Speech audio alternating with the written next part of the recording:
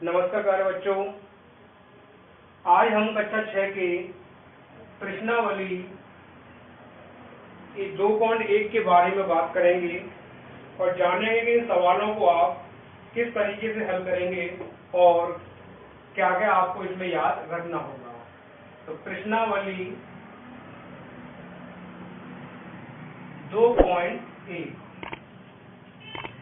बच्चों, पहले तो आपको एक चीज याद रखनी होगी कि आपको ये जानना जरूरी है कि कौन सी हमारी भाज्य संख्याएं होती हैं और कौन सी अभाज्य संख्याएं होती हैं। तो याद रखना बच्चों, एक चीज होती है, आपको बच्चों ध्यान रखना, सम और विषम। आपको ये पता है कि सम का मतलब क्या होता है। सम ऐसी संख्या होती है जिसमें 2 का पूरा पूरा भाग चला जाता है, वो संख्या कौन सी कहलाती है? सम संख्या कहलाती है। याद रखना, जैसे कि आपका 10 है, 10 में अगर मैं 2 का भाग दूंगा पूरा पूरा चला जाएगा।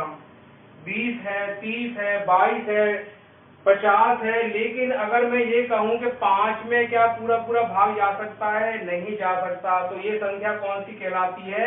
विषम संख्या।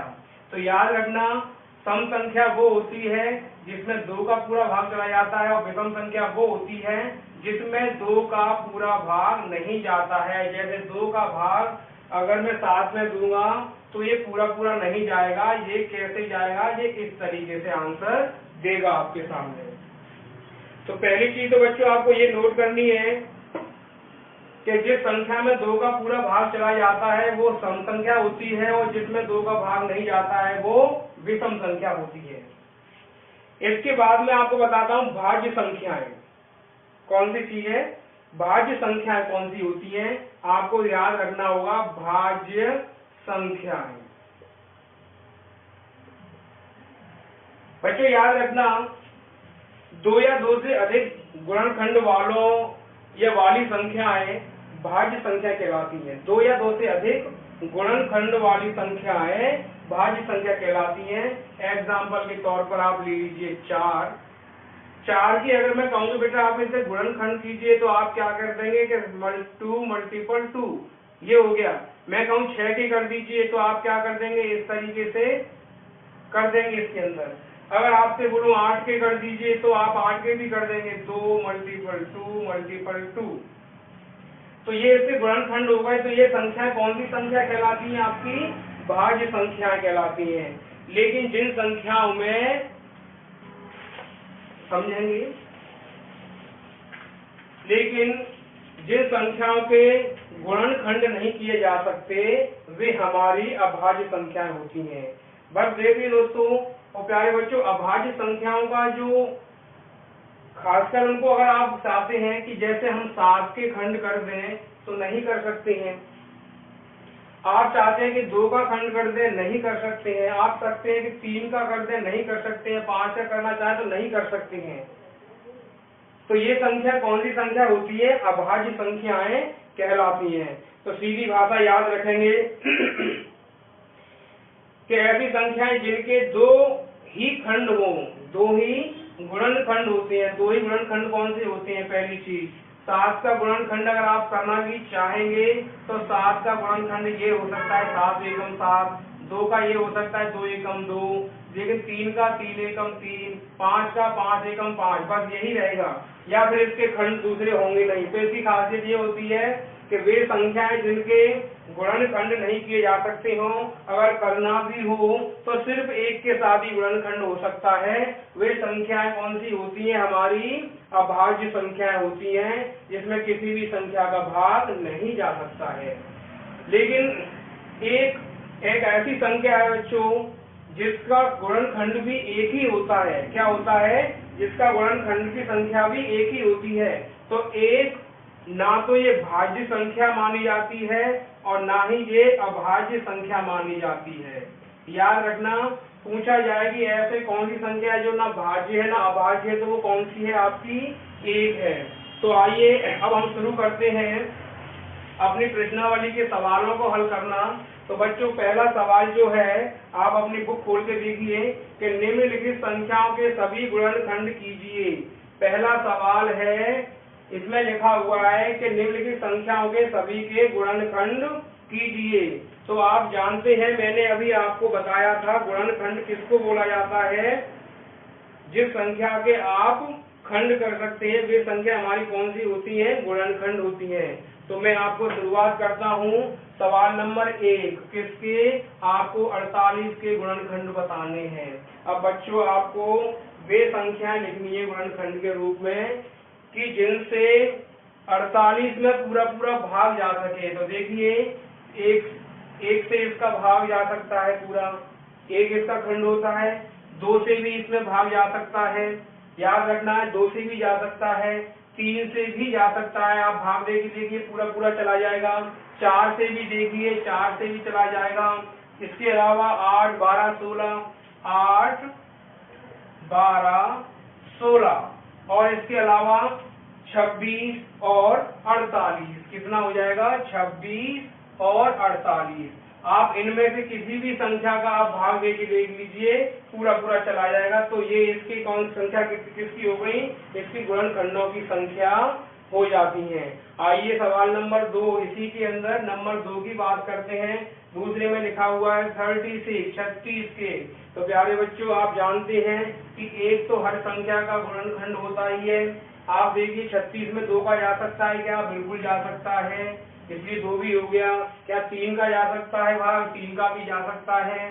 तो बस बच्चों आपको यही देखना है कि इसमें कौन कौन संख्या को भाग जा सकता है। तो इसमें आपका 4 का भी जा सकता है, 6 का भी जा सकता है, 9 का भी जा सकता है, 12 का भी जा सकता है।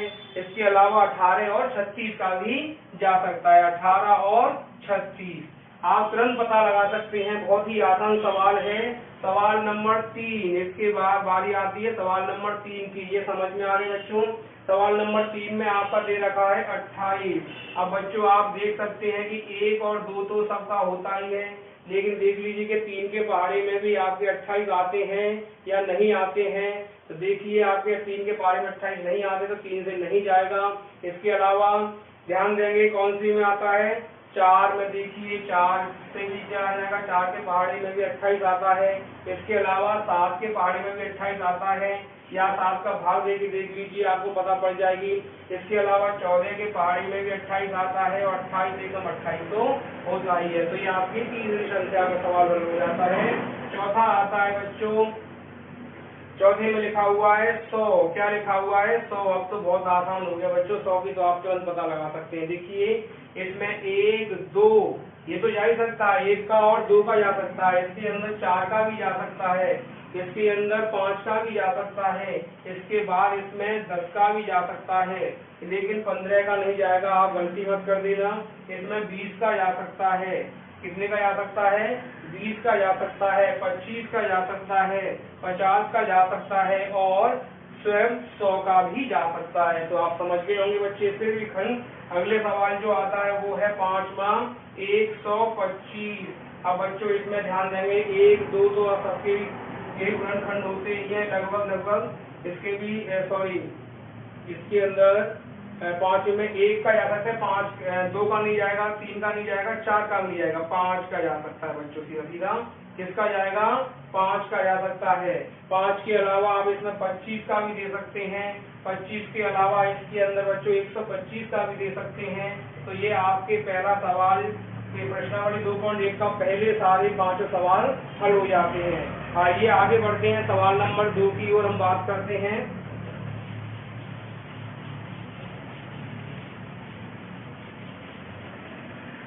सवाल नंबर 2 का आप पहला सवाल समझेंगे। इसमें लिखा हुआ है कि निम्नलिखित संख्याओं के प्रथम 5 गुणज लिखिए। गुणज का मतलब होता है बच्चों वे संख्याएं कि इसके बाद आने वाली संख्याओं का गुणा कर सकें। जैसे कि 7 के बाद आपको किन्हीं 5 गुणज के बाद 5 गुणज वाली संख्या लिखनी जिसमें 7 का पूरा पूरा भाग जा सकता है। तो आप एक तरीके से पढ़ा पढ़ लीजिए उसमें, जैसे कि 7 का भाग 7 में भी जा सकता है, 14 में भी जा सकता है।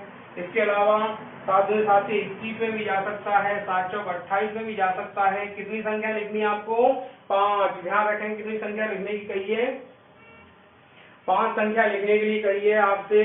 तो आप लिख सकते हैं 28 के अलावा 35 भी लिख सकते हैं। ये तो आपकी संख्या 5 हो जाती है। सवाल नंबर 2 की बात करते हैं। सवाल नंबर 2 में कह रहा है आपसे कि आपको 12 के बनाने हैं। कितने के बनाने हैं? तो 12 एकम 12, 12 दूनी 24, 12 ती 36, 12 चौक 48, 12 पंजे 60। ये 5 इसके गुणज हो गए जिनमें इसका सीधा भाग जा सकता है। तीसरे नंबर की बात करते हैं बच्चों। तीसरे में वो दे रहा है कि आपको 17 के निकालने हैं। तो 17 के आप जब निकालेंगे 17 का पूरा पूरा पहाड़ा आप पढ़ दीजिए। 17 दूनी 17 एकम 17, 17 दूनी 34, 17 तिया 51, 17 चौक 68 और 17 पंजे 85। ये आपके 17 के हो जाते हैं। इसी तरीके से हम सवाल नंबर 4 की बात करते हैं, जिसके अंदर 15 का दे रखा हुआ है। 15 में भी आप 15 एकम 15, 15 दूनी 30, 15 दी 45, 15 चौक 60 और 15 पंजे 75। ये इसके गुणज होते हैं बच्चों। आपको समझ में आ रहा है?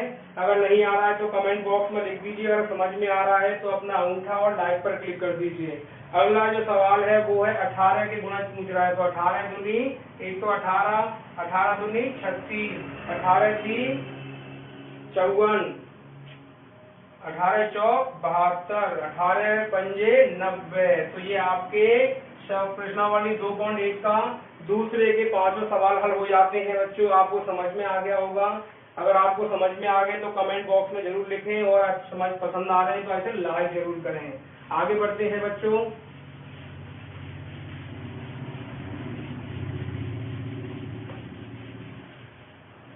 अगला सवाल है कि 10 से 30 के बीच की सभी अभाज्य संख्याओं को लिखिए। सवाल नंबर 3 में क्या कह रहा है कि 10 से लेकर के 30 के बीच में ऐसी कौन सी संख्या है जिनमें भाग नहीं जा सकता है बच्चों? 10 से, तो याद रखेंगे 10 से 30 के बीच की सभी अभाज्य संख्याओं को लिखना है। तो देखिए बच्चों, 10 से 11 में किसी की भी संख्या का भाग नहीं जा सकता है।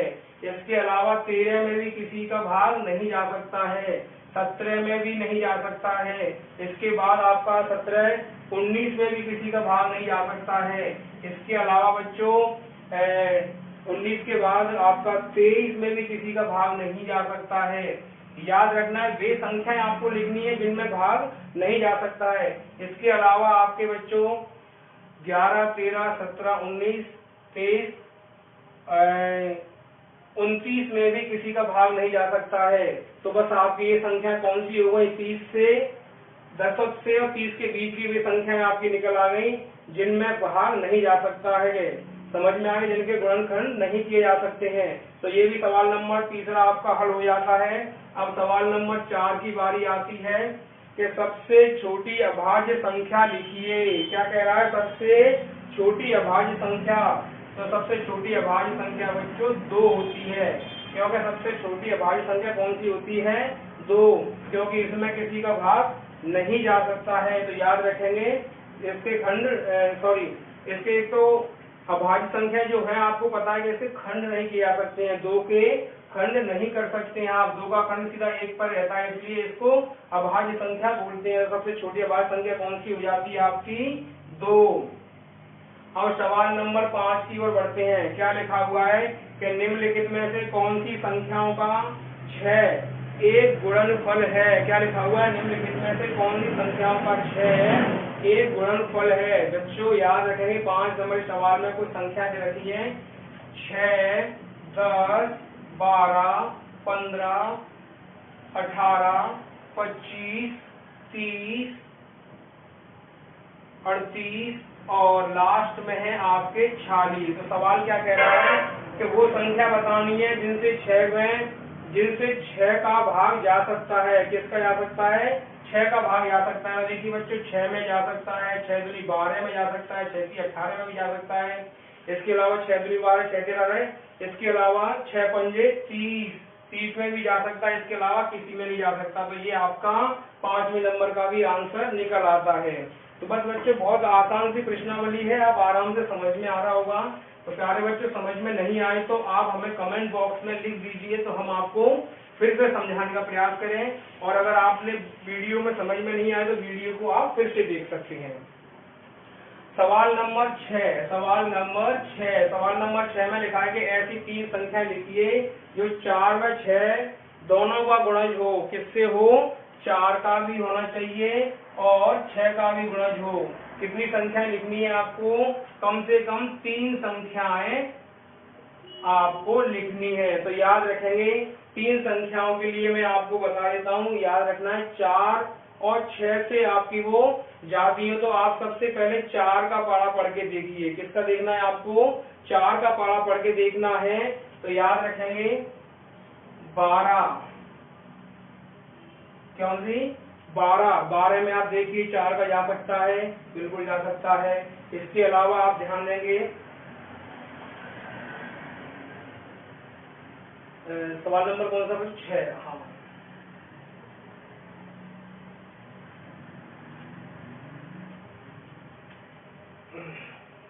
सवाल नंबर 6 में पहली संख्या आती है आपकी 12।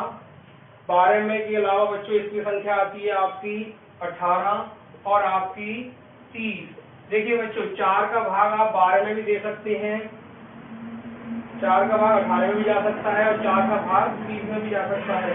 इसके अलावा 6 की बात करें तो 6 का भाग 12 में भी जा सकता है, 18 में भी जा सकता है और आपकी 30 में भी जा सकता है। तो बस ये 3 संख्याएं वे हो गई जो 4 और 6 से पूरी पूरी विभाजित हो जाती हैं। याद रखना है, आप भाग 4 का पढ़ा पढ़ के देखेंगे एक बार तो समझ में आ जाएगा कौन सी संख्याएं आपकी ऐसी हैं। और भी आसानी से समझना हो तो आपको बहुत अच्छा तरीका बताता हूँ। अगर बच्चों समझ में नहीं आए 4 का पढ़ा लिख लीजिए, 4 एकम 4, 4 दूनी 8। हाँ तो बच्चों आपको इस तरीके से पढ़ा लिख लेना है और पढ़ा लिखने के बाद में आपको करना क्या है, आप ये देखिए कि 4 इस वाले पहाड़े में जो है कहीं इसमें रिपीट हुआ है, नहीं हुआ। 8 कहीं रिपीट हुआ है, नहीं हुआ। 12 कहीं रिपीट हुआ है, ये हो रहा है। तो आपकी पहली संख्या कौन सी हो गई? 12 हो गई। इसके बाद 16 को देखिए, नहीं हो रहा है। 20 को देखिए, नहीं हो रहा है। इसके बाद 24 को देखिए, 24 ये रही आपकी एक संख्या, ये रही और दूसरी ये रही। कितनी आ गई आपकी? 24 आ गई। इसके अलावा देखिए 28 नहीं हो रहा है, 32 नहीं हो रहा है, लेकिन 36 और 36। तो जो संख्याएं रिपीट दोनों पहाड़े में हो रही हैं वे संख्याएं ऐसी संख्या हैं जिनका भाग 4 से भी दिया जा सकता है और इनका भाग 6 से भी दिया जा सकता है। तो आपकी ये समस्या भी हल हो गई। अगर आपको समझ में नहीं आ रहा हो तो अभी भी आप हमसे पूछ सकते हैं। आपको दोनों तरीके हमने बता दिए, आप टेबल लिख के ही पता लगा सकते हैं। इस तरीके से किसी भी संख्या को आप निकाल सकते हैं। तो आइए बच्चों इसके बाद हम लोग अगले सवाल की ओर बढ़ते हैं। अगला जो सवाल है सवाल नंबर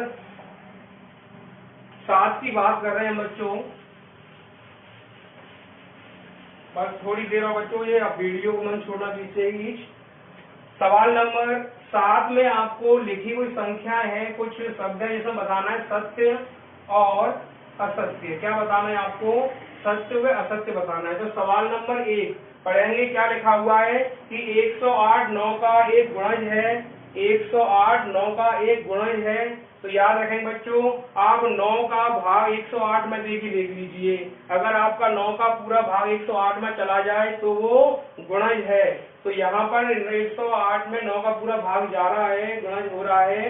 तो समझ लीजिए ये क्या है, इसके सत्य माना जाएगा। तो इसका जवाब क्या है? सत्य है।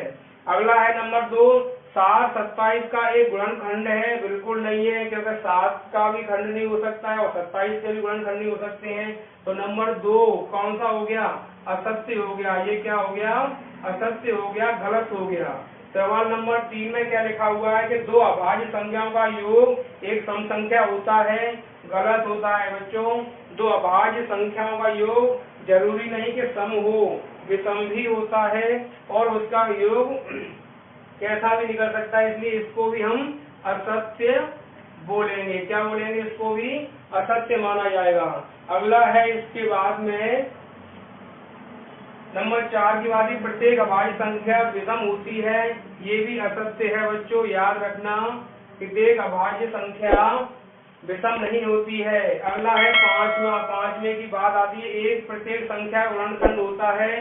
बिल्कुल होता है बच्चों, एक प्रत्येक संख्या गुणनखंड होता है। इसलिए इसको सत्य है, क्योंकि एक अभाज्य संख्या का भी गुणनखंड होता है और भाज्य संख्या का भी गुणनखंड होता है। समझ में आ गया होगा आपके। अगला है आपका 5वें के बाद में, 5 के बाद आता है बच्चों 6वें की बारी आती है। छठवें में लिखा हुआ है कि प्रत्येक संख्या का गुणज उससे छोटा होता है, प्रत्येक संख्या का गुणज उससे छोटा होता है। तो ये गलत है बच्चों, असत्य है। ये क्या है? असत्य है। देखो प्रत्येक संख्या का गुणज उससे छोटा नहीं होता है। अगला है प्रत्येक संख्या का गुणनखंड उससे छोटा होता है, ये सही है कि प्रत्येक संख्या का गुणनखंड उससे छोटा होता है। तो ये सत्य आपका हो जाता है। तो बच्चों आज की प्रश्नावली में मैंने आपको काफी को समझाया, जिसमें आपने प्रश्नावली 2.1 को आज हल करना सीखा। अगर बच्चों ये सवाल बताने के बावजूद भी अगर आपको कहीं कोई परेशानी है और कोई समस्या है या समझ में नहीं आया है तो आप हमें कमेंट कर दीजिए, तो हम आपकी समस्या का समाधान अगले वीडियो में जरूर करेंगे। और किसी भी विषय को या किसी भी ऑब्जेक्ट को या किसी भी एलिमेंट को या किसी भी चीज को विशेष रूप से सीखना हो तो बच्चों आप हमें कमेंट कर दीजिए, हम आपको और भी आसान और इजी भाषा में उसको समझाने का प्रयास करेंगे। तो अच्छा दोस्तों, अब चलते हैं, फिर मिलेंगे आपको नई वीडियो में नई प्रश्नावली के साथ में, नए सब्जेक्ट के साथ में। नमस्कार प्यारे बच्चों, गुड बाय।